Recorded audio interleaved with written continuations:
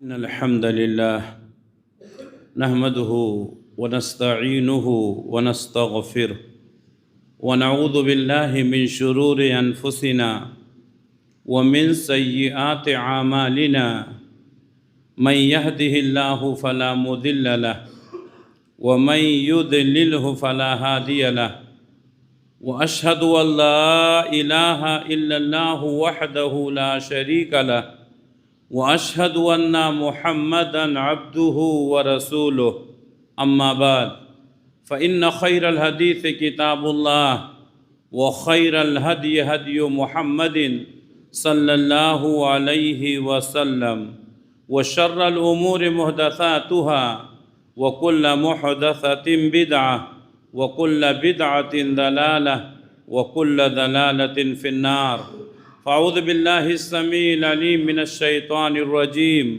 بسم الله الرحمن الرحيم قاف والقرآن المجيد بل عجبوا أن جاءهم منذر منهم فقال الكافرون هذا شيء عجيب أإذا متنا وكنا ترابا ذلك رجع بعيد قد علمنا ما تنقص الأرض منهم وعندنا كتاب حفيظ بل كذبوا بالحق لما جاءهم فهم في أمر مريج يا أيها الذين آمنوا اتقوا الله حق تقاته ولا تموتن إلا وأنتم مسلمون يا أيها الناس اتقوا ربكم الذي خلقكم من نفس واحدة وخلق منها زوجها وبث منهما رجالا كثيرا ونساء واتقوا الله الذي تساءلون به والأرحام إن الله كان عليكم رقيبا يا أيها الذين آمنوا اتقوا الله وقولوا قولا سديدا يصلح لكم أعمالكم ويغفر لكم ذنوبكم ومن يطع الله ورسوله فقد فاز فوزا عظیما۔ ہر طرح کی تعریف اس اللہ رب العالمین کے لیے لائق اور زیبا جو سارے جہان کا اکیلا خالق ہے، مالک ہے، حاکم ہے، رازق ہے، جس کے ہاتھ میں پوری دنیا کی بادشاہت ہے اور جو اپنے عرش پر ہوتے ہوئے پوری کائنات کا نظام چلا رہا ہے۔ بعدہ اس کے تمام نبیوں اور رسولوں پر درود و سلام نازل ہوں، خصوصاً آخری نبی حضرت محمد مصطفیٰ صلی اللہ علیہ وسلم پر۔ محترم حاضرین، آج محرم کی 29 تاریخ ہے اور محرم کا مہینہ یہ اسلامی تاریخ کا پہلا مہینہ ہے۔ اس مہینے میں ایک طبقہ جو اپنے آپ کو شیعہ کہتا ہے، اصل میں وہ رافضی ہے، محبت اہل بیت کے نام پر صحابہ کرام کو گالی گلوچ دینا، برا بھلا کہنا ان کی صفت ہے۔ اسی لیے اس مہینے میں صحابہ کرام کی زندگی کے ان پہلوؤں کو اجاگر کیا جاتا ہے جس سے یہ پتہ چلتا ہے کہ صحابہ کرام نے اسلام کے لیے کیا قربانیاں دی ہیں۔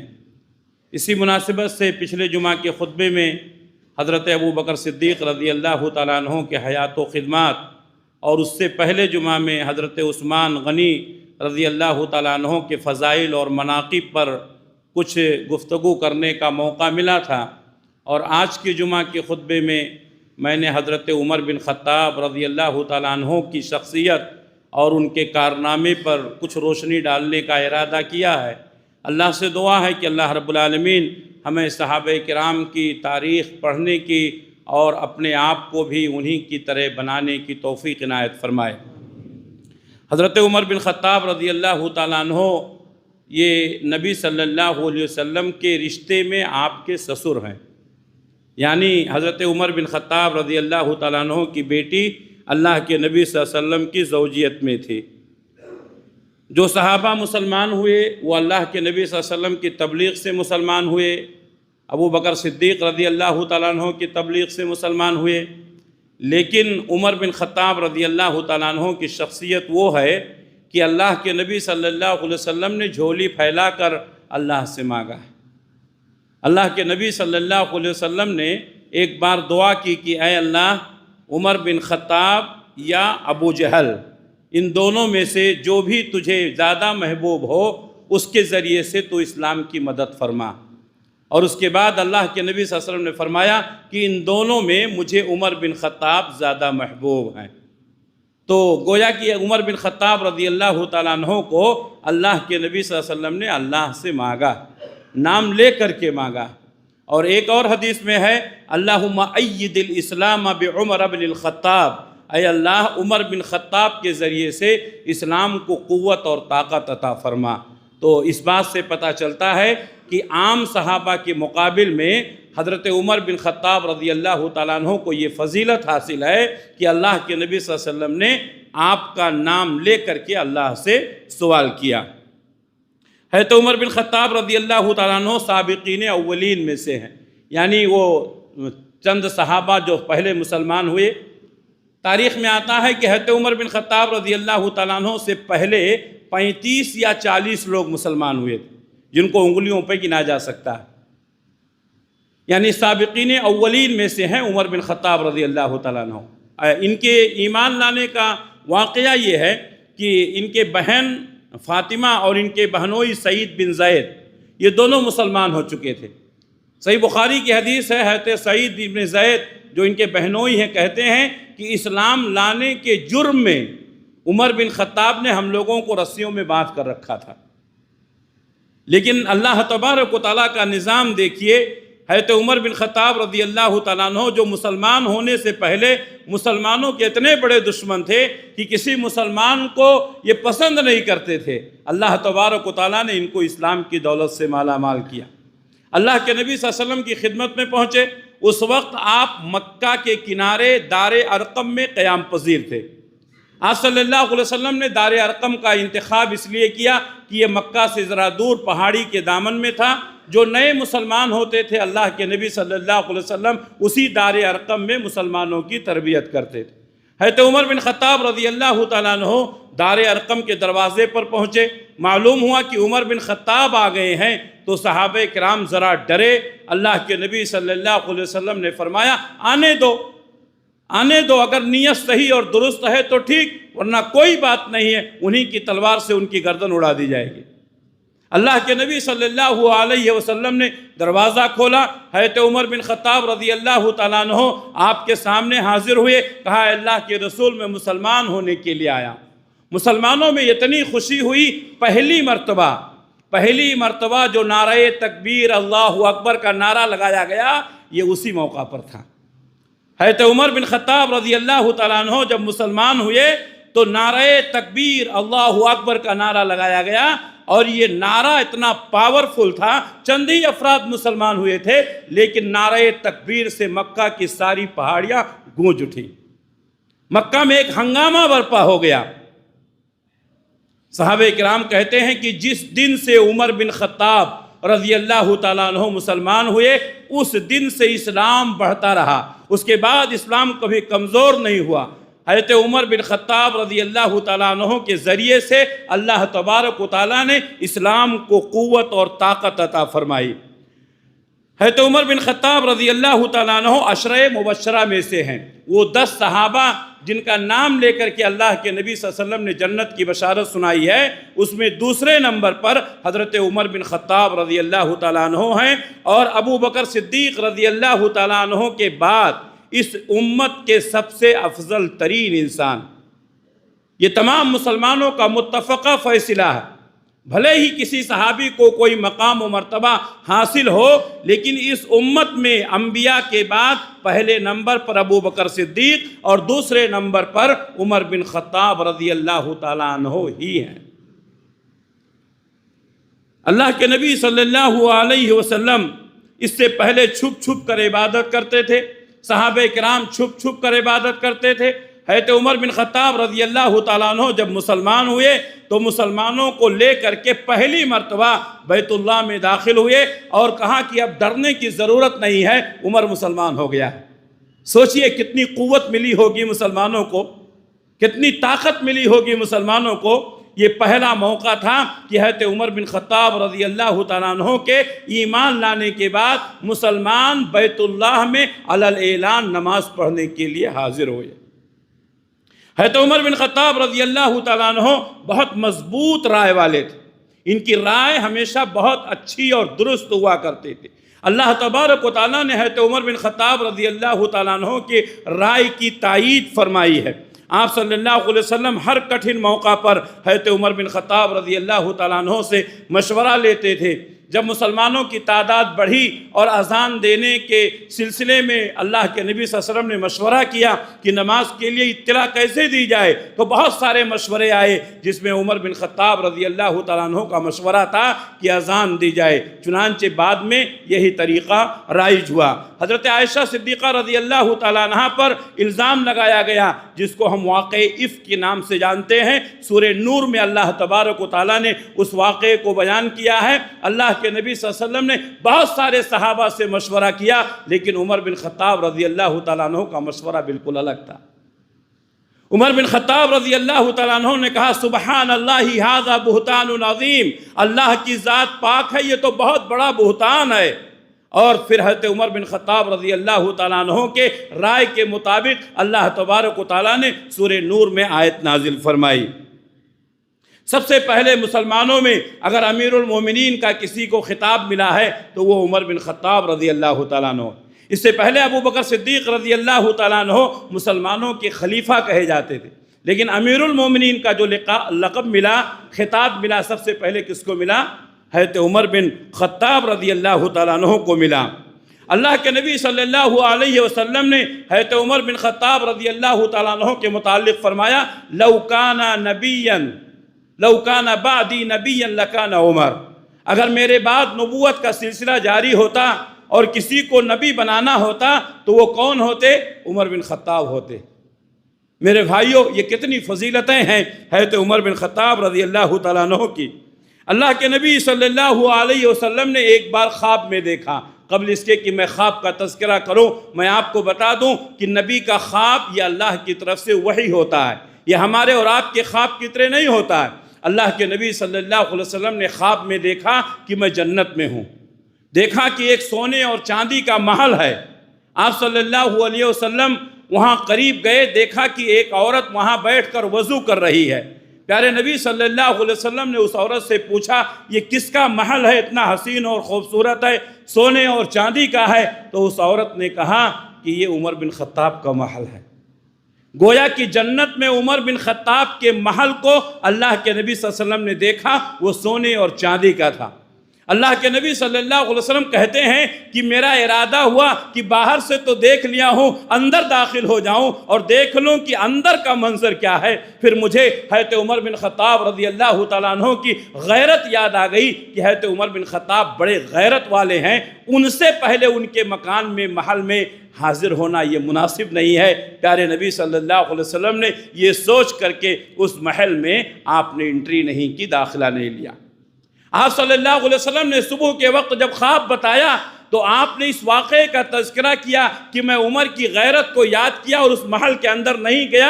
تو حضرت عمر بن خطاب رضی اللہ تعالیٰ عنہ رونے لگے، آپ کی آنکھوں سے آنسو جاری ہو گئے۔ کہا اے اللہ کے رسول، کیا میں آپ کے اوپر بھی غیرت کروں گا؟ میں نے تو آپ کے اوپر سب کچھ قربان کر دیا۔ یہ وہ عمر بن خطاب رضی اللہ تعالیٰ عنہ ہیں۔ حضرت عمر بن خطاب رضی اللہ تعالیٰ عنہ یہ عدل و انصاف کے پیکر تھے، آپ نے کبھی کسی کے ساتھ ناانصافی نہیں کی۔ اسی لیے میرے بھائیوں، پوری دنیا حضرت عمر بن خطاب رضی اللہ تعالیٰ عنہ کے عدل و انصاف کی مثال دیتی ہے۔ کہتی ہے اگر حکومت چلانا ہو تو عمر بن خطاب کے طرز پر چلاؤ۔ کوئی غریب، کوئی امیر، کوئی چھوٹا، کوئی بڑا اپنے آپ کو کمتر اور افضل نہیں سمجھتا تھا۔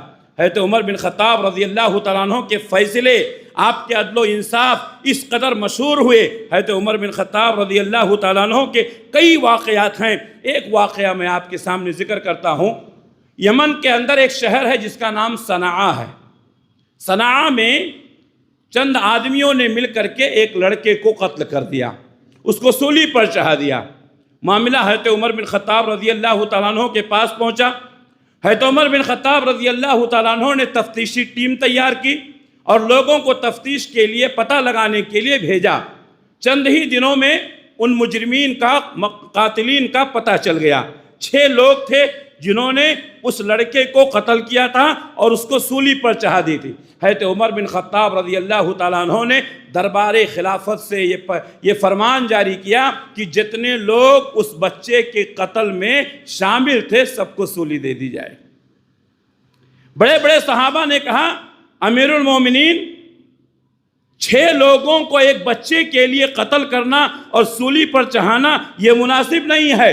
اس وقت عمر بن خطاب رضی اللہ تعالیٰ عنہ نے ایک جملہ کہا تھا، تم 6 لوگوں کی بات کرتے ہو، اگر پورا صنعاء پورا شہر اس ایک بچے کی قتل میں شامل ہوتا تو میں پورے شہر کو پھانسی دے دیتا۔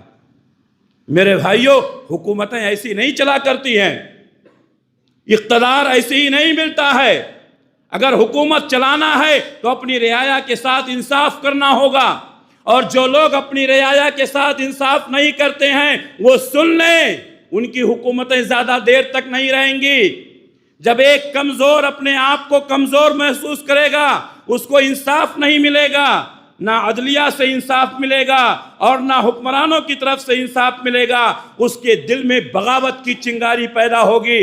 گرچہ وہ حکومتوں کے ڈر سے اپنی آواز بند رکھے گا لیکن اس کی یہ دبی ہوئی چنگاری ایک دن جوالا بن کر سامنے آئے گی۔ میرے بھائیوں، حکومتوں کو مضبوط کرنا ہے تو رعایا کے ساتھ انصاف کیجئے۔ حضرت عمر بن خطاب رضی اللہ تعالیٰ عنہ کے پاس ایک اور مسئلہ آیا، گھوڑ دوڑ کا مقابلہ تھا۔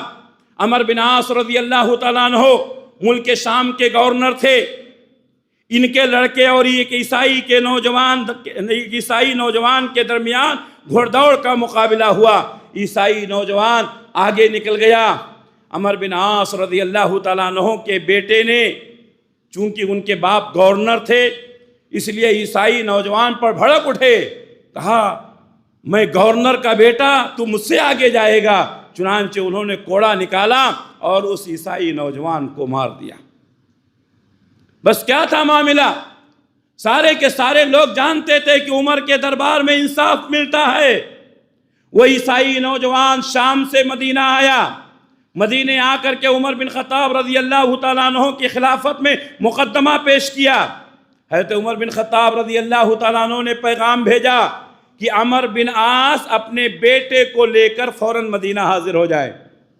میرے بھائیو، عمر بن عاص بہت بڑے صحابی ہیں، لیکن امیر المومنین کا حکم، عمر بن عاص رضی اللہ تعالیٰ عنہ اپنے نوجوان کو لے کر کے، اپنے بیٹے کو لے کر کے مدینہ حاضر ہوئے۔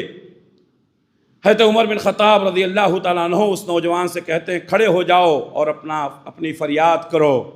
وہ عیسائی نوجوان کھڑا ہوا اور کہا امیر المومنین، گھوڑ دوڑ کا مقابلہ تھا، میں آگے نکل گیا، عمر بن عاص کا بیٹا اس نے مجھے کوڑے مارے۔ اللہ کے نبی حضرت عمر بن خطاب رضی اللہ تعالیٰ عنہ نے عمر بن عاص کے بیٹے سے پوچھا کیا یہ نوجوان صحیح کہہ رہا ہے؟ کیا مجال کی جھوٹ بولے؟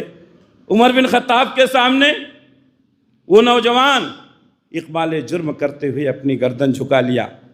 حضرت عمر بن خطاب رضی اللہ تعالیٰ عنہ کہتے ہیں قم اضرب کما ضربک وخذل کما خذلک، اٹھو کھڑے ہو جاؤ، اے عیسائی نوجوان، تم اس کو ویسے ہی کوڑے مارو جیسا اس نے تم کو مارا تھا، اور جس طریقے سے اس نے تم کو ذلیل کیا تھا اسی طریقے سے تم اس کو ذلیل کرو۔ یہ عدل و انصاف کا وہ معاملہ تھا کہ ایک عیسائی نوجوان ایک مسلمان شہزادے کو مار رہا ہے۔ میرے بھائیوں، نتیجہ کیا ہوا؟ وہ عیسائی نوجوان فوراً مسلمان ہو گیا۔ میرے بھائیوں، ہمیشہ یاد رکھو حکومتیں چلتی ہیں عدل و انصاف سے۔ کوئی بھی ملک ہو، کوئی بھی شہر ہو، کوئی بھی گاؤں ہو، کوئی بھی خاندان ہو، کوئی بھی قبیلہ ہو، اگر لوگوں کو انصاف نہیں ملے گا میرے بھائیوں، وہ ملک مضبوط نہیں ہو سکتا ہے، وہ خاندان مضبوط نہیں ہو سکتا ہے، وہ قبیلہ مضبوط نہیں ہو سکتا ہے۔ جو بڑے ہیں ان کی ذمہ داری ہے کہ اپنے ماتحتین کے درمیان فیصلہ کریں، عدل و انصاف کے ساتھ کریں۔ ہمارے ہوتے ہوئے ہماری ماتحتین پر ظلم ہو، یہ نہیں ہو سکتا ہے۔ میرے بھائیوں، حضرت عمر بن خطاب رضی اللہ تعالیٰ عنہ کے انہی فیصلوں کی وجہ سے آج غیر قوم بھی کہتے ہیں کہ اگر حکومت کرنا ہے تو عمر بن خطاب کے طرز پر حکومت کرو۔ حضرت عمر بن خطاب رضی اللہ تعالیٰ عنہ ان کا موقف جو تھا اسی موقف کے مطابق اللہ تبارک و تعالیٰ قرآن مجید کی آیتیں اتارتا تھا۔ حضرت عمر بن خطاب رضی اللہ تعالیٰ عنہ نے نبی کو مشورہ دیا کہ اے اللہ کے رسول، جو مقام ابراہیم ہے کیوں نہ اسی کو مصلی کے لیے منتخب کیا جائے۔ اللہ کے نبی صلی اللہ علیہ وسلم نے حضرت عمر بن خطاب رضی اللہ تعالیٰ عنہ کا یہ مشورہ سنا۔ اللہ تبارک و تعالیٰ نے آسمان سے آیت اتاری وَاتَّخِذُوا مِن مَّقَامِ إِبْرَاهِيمَ مُصَلًّى، لوگو مقام ابراہیم کو مصلی بناؤ۔ اس لیے جو حاجی اور معتمر جاتا ہے، جب وہ طواف کرنے کے بعد فارغ ہوتا ہے تو اس کے لیے سنت ہے کہ مقام ابراہیم کے پاس جا کر کے وہاں 2 رکعت نماز پڑھے۔ وَاتَّخِذُوا مِن مَّقَامِ إِبْرَاهِيمَ مُصَلًّى کا مطلب یہی ہے۔ میرے بھائیو، حضرت عمر بن خطاب رضی اللہ تعالیٰ عنہ نے اللہ کے نبی صلی اللہ علیہ وسلم کو حکم دیا کہ اے اللہ کے رسول، اب مسلمانوں کی تعداد بڑھ گئی ہے، لوگ آپ کے پاس حاضر ہوتے ہیں، آپ کے گھر میں حاضر ہوتے ہیں، میں یہ چاہتا ہوں کہ ازواج مطہرات کو آپ حکم دیں کہ اب وہ پردہ کریں۔ ادھر حضرت عمر بن خطاب رضی اللہ تعالیٰ عنہ مشورہ دیتے ہیں، ادھر آسمان سے اللہ تعالیٰ قرآن مجید کی آیت نازل فرماتا ہے کہ اے نبی، اپنی بیویوں سے، اپنی بیٹیوں سے کہہ دو کہ وہ پردہ کریں، اور اگر کسی کو کچھ سوال کرنا ہے تو باہر سے، دروازے کے باہر سے ہی کیا کرے۔ میرے بھائیو، حضرت عمر بن خطاب زمین پر مشورہ دے رہے ہیں، اللہ تعالیٰ آسمان سے آیتیں اتار رہا ہے۔ حضرت عمر بن خطاب رضی اللہ تعالیٰ عنہ سے اللہ کے نبی صلی اللہ علیہ وسلم نے مشورہ لیا۔ بدر کے 70 قیدیوں کے متعلق بہت سارے صحابہ نے مختلف مشورے دیے، لیکن عمر بن خطاب کا مشورہ بالکل الگ تھا۔ کہا اللہ کے رسول، یہ سب ظالم ہیں، یہ سب اسلام کو مٹانے کے لیے آئے تھے، ہم کو ختم کرنے کے لیے آئے تھے، نیست و نابود کرنے کے لیے آئے تھے، ان کو جینے کا حق نہیں ہے، میرا مشورہ ہے سب کو قتل کر دیا جائے۔ لیکن اللہ کے نبی صلی اللہ علیہ وسلم نے حضرت ابوبکر کے مشورے کو تسلیم کیا۔ بعد میں 70 لوگوں کو آزاد کیا گیا تھا، وہی 70 لوگ غزوہ احد میں شہید ہوئے۔ اللہ تبارک و تعالیٰ نے فرمایا بدر کے موقع پر عمر کا مشورہ جو ہے وہ زیادہ صحیح اور درست تھا۔ لیکن حضرت عمر بن خطاب رضی اللہ تعالیٰ عنہ نے پوری زندگی کبھی نہیں کہا کہ میرا مشورہ بہت اچھا تھا لیکن تم نے قبول نہیں، کبھی نہیں کہا۔ میرے بھائیوں، کسی کو یہ اختیار نہیں ہے کہ امیر کے سامنے بحث کرے کہ میرا مشورہ زیادہ صحیح تھا۔ مشورہ دینا آپ کا کام ہے، قبول کرنا امیر کا کام۔ عبداللہ ابن ابی رئیس المنافقین ہے، اس کے مرنے کے بعد ان کے بیٹے نے کہا اللہ کے رسول، میں چاہتا ہوں کہ آپ اس کی نماز جنازہ پڑھا دیں۔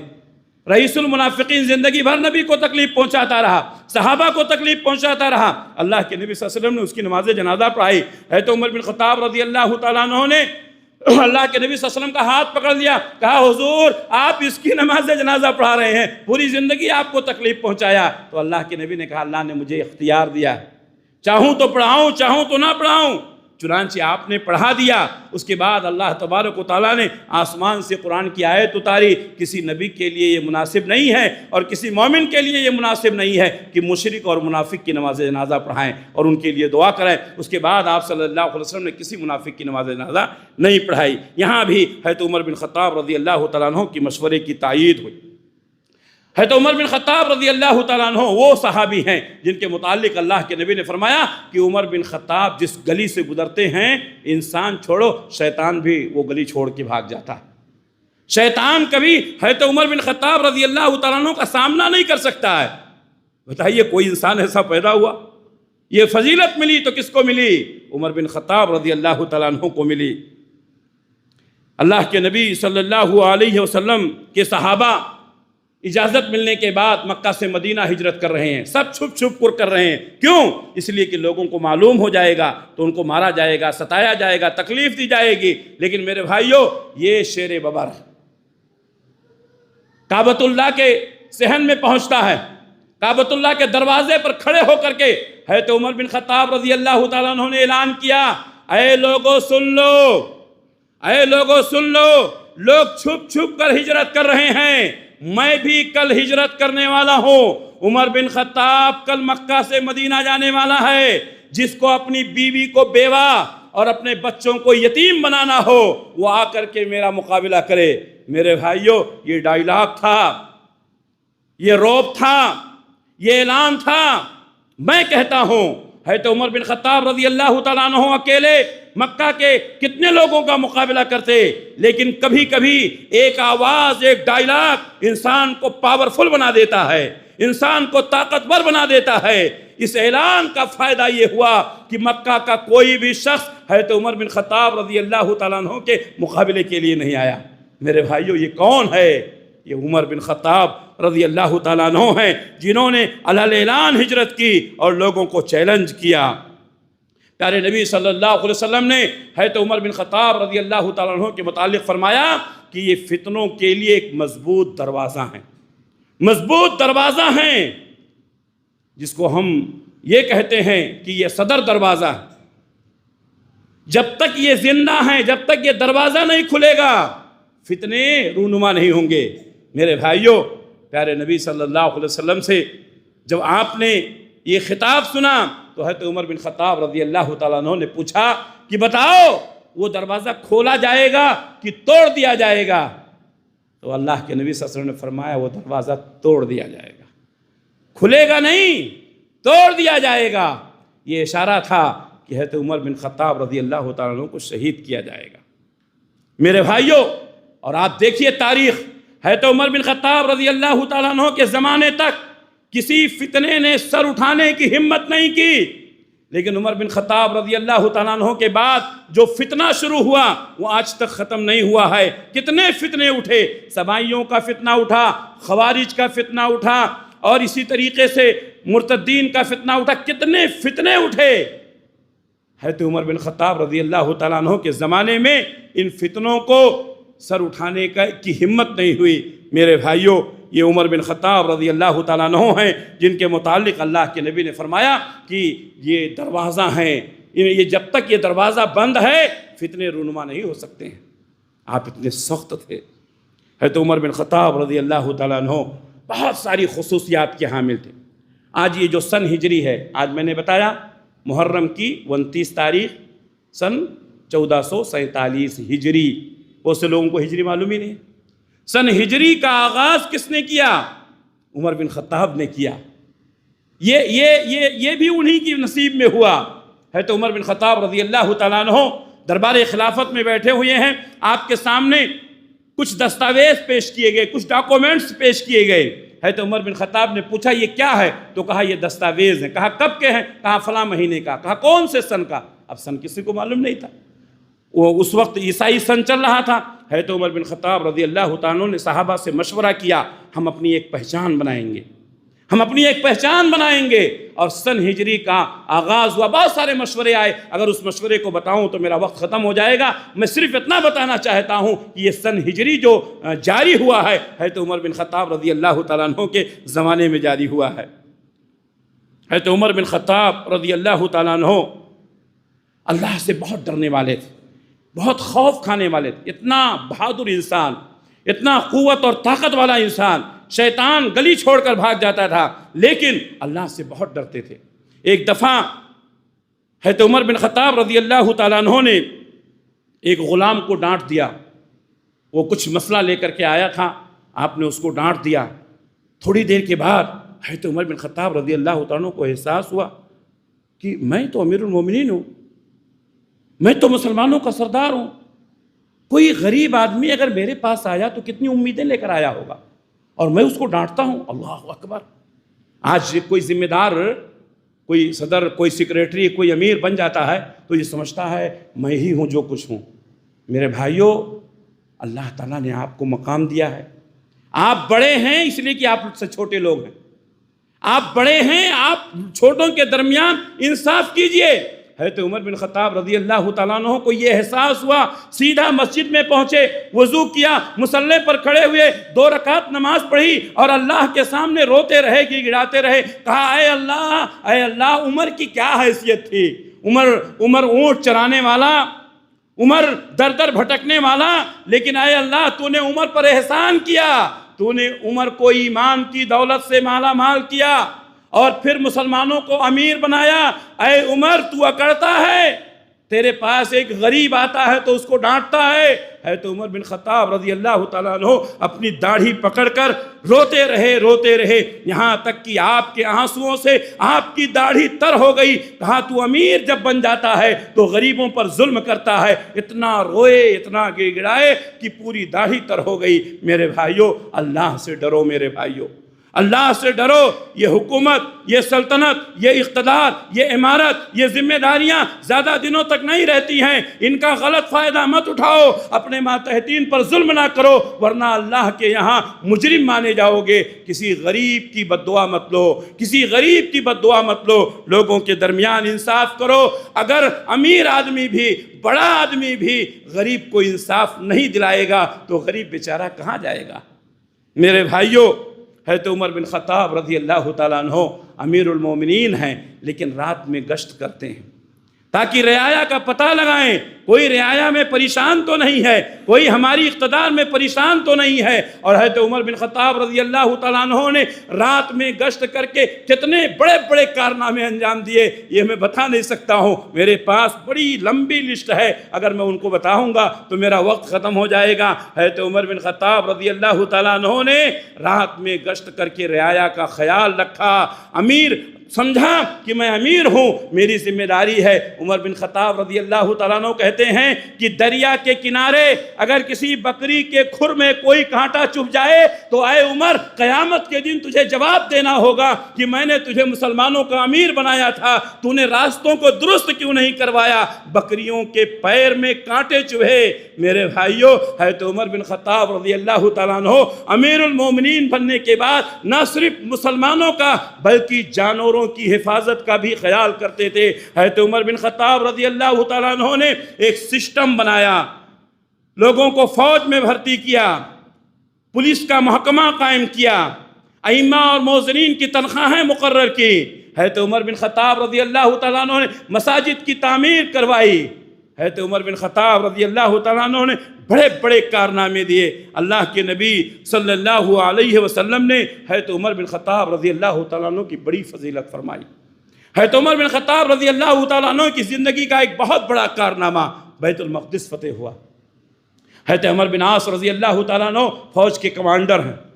یہ جب فتح ہوا تو وہاں کے لوگوں نے کہا کہ ہم صلح کے لیے تیار ہیں، لیکن ہم چاہتے ہیں کہ صلح ہم تمہارے امیر سے کریں. اللہ اکبر.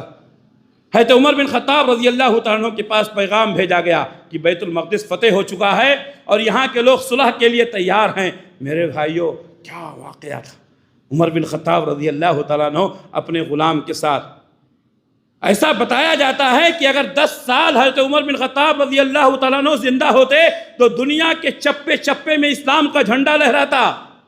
اتنا طاقتور امیر، اتنا طاقتور مسلمان، اتنا طاقتور یہ صحابی رسول، لیکن جب مدینہ سے چل کر روانہ ہوتے ہیں بیت المقدس کے لیے، فلسطین کے لیے، کوئی بھی ساتھ میں نہیں ہے میرے بھائیوں. نہ فوج، نہ لشکر، نہ ڈیفنس کے لیے کوئی بھی. میرے بھائیوں، صرف 2 لوگ جاتے ہیں، آپ ہیں اور آپ کا غلام ہے. اونٹ ہے، ایک اونٹ لے کر کے امیر اپنے غلام کے ساتھ فلسطین کی طرف روانہ ہو جاتے ہیں. کبھی آپ سواری پر چڑھتے تو غلام نکیل پکڑ کر چلتا، کبھی غلام کو سواری پر بیٹھاتے اور آپ نکیل پر پکڑ کر چلتے. میرے بھائیوں، سرداری ایسی کی جاتی ہے، سرداری ایسے کی جاتی ہے. غلام سے کہا اگر دونوں سوار ہو جائیں گے تو جانور کو تکلیف ہوگی، دونوں سوار ہو جائیں گے تو جانور کو تکلیف ہوگی. فلسطین میں جب پہنچتے ہیں، جب فلسطین میں داخلہ ہوتا ہے، میرے بھائیوں وہ منظر دیکھا لوگوں نے. غلام اونٹ پر بیٹھا ہوا ہے. اللہ اکبر.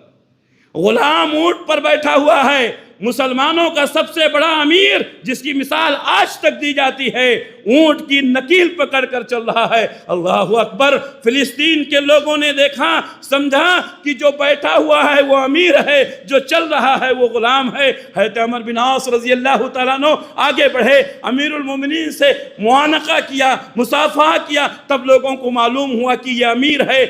جا رہے تھے، راستے میں تھوڑا پانی تھا، امیر المومنین نے اپنے جوتے نکال لیے، کپڑے پر پیوند لگے ہوئے ہیں. جب وہاں کے لوگوں نے دیکھا، کہا امیر المومنین اپنے غلام کو اونٹ پر بیٹھا کر نکیل پکڑ کر چلتا ہے. اور جب پانی میں گھسنے کی ضرورت پڑی، اپنے پائچے اٹھا لیے اور جوتیوں کو ہاتھ میں لے لیا. دیکھا کہ کپڑے پر پیوند لگے ہوئے ہیں تو ان فلسطینیوں کو معلوم ہوا کہ ایسی مسلمانوں کی طاقت کا کوئی مقابلہ نہیں کر سکتا.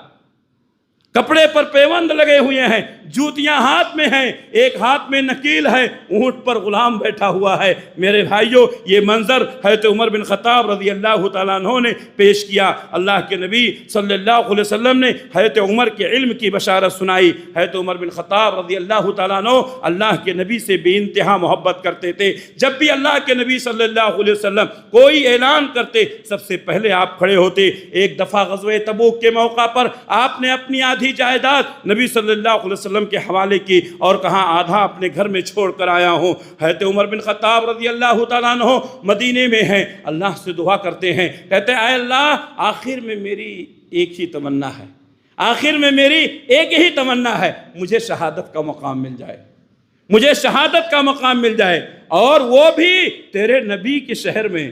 صحابہ کرام تعجب کرتے تھے، امیر المومنین مدینے میں اور شہادت کی مقام کیسے ہو سکتا ہے؟ کہا دعا کرنا میرا کام ہے، دعا کرنا میرا کام ہے، قبول کرنا اللہ کا کام ہے۔ حضرت عمر بن خطاب رضی اللہ تعالیٰ عنہ زندگی کے آخری ایام میں دعا کر رہے ہیں، اے اللہ مجھے شہادت کی موت نصیب فرما، تیرے نبی کی شہر مدینہ میں نصیب فرما۔ میرے بھائیو، نیتوں میں اخلاص ہو اور اخلاص کے ساتھ دعا کی جائے، اللہ کیسے راستے نکالتا ہے۔ عمر بن خطاب رضی اللہ تعالیٰ عنہ نماز پڑھا رہے ہیں، ایک مجوسی غلام فیروز نامی اس نے اپنے خنجر کو زہر میں بھگو کر کے حضرت عمر بن خطاب پر حملہ کیا۔ مدینے میں ہے، مسجد نبوی میں ہے، مصلی رسول پر ہے۔ اللہ اکبر! یہ رتبہ بلند ملا جس کو مل گیا۔ ہر مدعی کے واسطے دار و رسن کہاں؟ دعا میں اخلاص پیدا کرو میرے نوجوانوں، اللہ سے ڈر کے دعا مانگو، یقیناً اللہ قبول کرے گا۔ حضرت عمر کو شہادت بھی نصیب ہوئی اور مصلی رسول پر بھی ہوئی۔ حضرت ابوبکر صدیق رضی اللہ تعالیٰ عنہ نے اپنی خلافت میں ہی حضرت عمر بن خطاب رضی اللہ تعالیٰ عنہ کو امیر بنا دیا تھا۔ حضرت عمر بن خطاب کو خطرہ محسوس ہوا کہ میرے بعد صحابہ آپس میں لڑیں گے۔ آپ نے 7 لوگوں کی کمیٹی بنائی، 7 لوگوں کی کمیٹی بنائی، کہا یہ 7 مشاورتی کمیٹی ہے، یہ 7 میں اکثریت جس پر متفق ہو جائے اسی کو تم امیر بنا لینا۔ اپنے اوپر کچھ نہیں لیا۔ لوگوں نے کہا آپ کے بیٹے عمر بن خطاب عبداللہ ابن عمر ہے، کہا نا عبداللہ ابن عمر کو امیر نہیں بنایا جا سکتا، آپ نے زندگی میں منع کر دیا۔ کہا آپ کے بہنوئی سعید ابن زید ہیں، کہا نہیں ان کو بھی نہیں بنایا جا سکتا، عشرہ مبشرہ میں سے ہیں، کہا البتہ مشورے میں ان کو شامل کیا جائے گا۔ وہ 7 ملا کر کے 7 کی ہی مشورے سے حضرت عثمان کو بعد میں امیر بنایا گیا۔ جب آپ کی وفات سے پہلے آپ نے عبداللہ ابن عمر، کچھ باتیں ہیں ذرا وقت دیر ہو جائے گی، حضرت عمر بن خطاب رضی اللہ تعالیٰ عنہ نے عبداللہ ابن عمر کو بھیجا، کہا اب شاید میری وفات کا وقت آ گیا ہے، میں چاہتا ہوں کہ نبی کے پہلو میں دفن کیا جاؤں، تو اماں عائشہ کے پاس جاؤ اور ان سے اجازت مانگو۔ عبداللہ ابن عمر رضی اللہ تعالیٰ عنہ گئے اور کہا ابو نے آپ کو سلام عرض کیا ہے اور التجا کی ہے کہ آپ کے حجرے میں نبی، پھر ابو بکر اور اس کے بغل میں ایک اور جگہ باقی ہے، اگر آپ اجازت دیں تو امیر المومنین نے کہا کہ وہاں پر دفن ہونا چاہتے ہیں۔ میرے بھائیو قربان جائیے، اماں عائشہ پر یؤثرون علی انفسہم ولو کان بہم خصاصہ، وہ اپنے نفس پر لوگوں کو ترجیح دیتے ہیں جبکہ وہ خود ضرورت مند ہوتے ہیں۔ اماں عائشہ نے کیا کہا؟ یہ جگہ میں نے اپنے لیے خاص کیا تھا، یہ جگہ میں نے اپنے لیے خاص کیا تھا کیونکہ یہ حجرہ میرا تھا، میرے نبی یہاں پہ ہیں، شوہر یہاں پر ہیں، میرے والد یہاں پر ہیں، اور میں سوچا تھا کہ میں بھی یہیں پر رہوں گی، لیکن مجھے عمر کا وہ واقعہ یاد آتا ہے جب میرے اوپر الزام لگایا گیا تھا، بہت سارے لوگ بھٹک گئے تھے لیکن عمر نے میرا ساتھ دیا تھا، میں عمر کا احسان کبھی نہیں بھلاؤں گی، جاؤ کہہ دو میں نے وہ جگہ عمر کو وقف کر دیا۔ اللہ اکبر! اس کے بعد حضرت عمر بن خطاب رضی اللہ، کیسا تقویٰ تھا میرے بھائیوں، اس کے بعد اپنے بیٹے عبداللہ کو نصیحت کرتے ہیں، وصیت کرتے ہیں، کہتے ہیں بیٹا ہو سکتا ہے حضرت عائشہ نے جذبات میں آ کر کے اجازت دے دی ہو، جب میرا جنازہ تیار ہو جائے، نماز جنازہ پڑھ لی جائے تو حجرہ عائشہ میں داخل کرنے سے پہلے ایک بار پھر اجازت لے لینا۔ اللہ اکبر! بتائیے اتنا متقی پرہیزگار آپ کو کہاں ملے گا؟ نماز جنازہ کے بعد لاش کو رکھا گیا، پھر حضرت عبداللہ رضی اللہ تعالیٰ عنہ حضرت عائشہ کے پاس گئے، کہا تھا کہ ابو نے وصیت کی تھی کہ نماز کے بعد بھی جب تک عائشہ سے دوبارہ اجازت نہیں لینا مجھے دفن نہیں کرنا۔ حضرت عائشہ صدیقہ رضی اللہ تعالیٰ عنہ نے کہا کہ یہ عمر کے لیے میں نے وقف کر دیا ہے، پھر وہاں آپ کو دفن کیا گیا۔ میرے بھائیو، یہ بہت عظیم شخصیت تھی، ان کے کارنامے یہ ایک خطبے میں نہیں بیان کیے جا سکتے، اس کے لیے مسلسل سیمینار کی ضرورت ہے، لیکن چند درخشاں پہلوؤں کو میں نے آپ کے سامنے اجاگر کیا ہے، ذکر کیا ہے، تاکہ آپ تاریخ یاد رکھیں۔ میرے بھائیو، وہ قوم جو اپنی تاریخ یاد رکھتی ہے اسی کو دنیا ماننے کے لیے تیار ہے، جو اپنی تاریخ بھلا دیتی ہے دنیا اس کو اپنی جوتیوں کی ٹھوکر سمجھتی ہے۔ اگر ہم چاہتے ہیں کہ عزت کی زندگی گزاریں، اپنے اسلاف کی تاریخ پڑھیں، ہمارے اسلاف نے وہ کارنامے انجام دیے ہیں کہ دنیا کے رہتے دنیا تک ان کو بھلایا نہیں جا سکتا ہے۔ قوت فکر و عمل پہلے فنا ہوتی ہے، تب کسی قوم کی شوکت پہ زوال آتا ہے۔ اللہ سے دعا ہے کہ اللہ رب العالمین ہم تمام لوگوں کو دین کی صحیح سمجھ عطا فرمائے، صحابہ کرام سے سچی محبت کرنے کی توفیق عنایت فرمائے۔ اللہ جب تک دنیا میں رکھے اسلام پر قائم رکھے، خاتمہ ہو تو ایمان بالخیر پر ہو۔ ربنا تقبل منا انک انت السمیع العلیم وتب علینا انک انت التواب الرحیم برحمتک یا ارحم الراحمین، آمین۔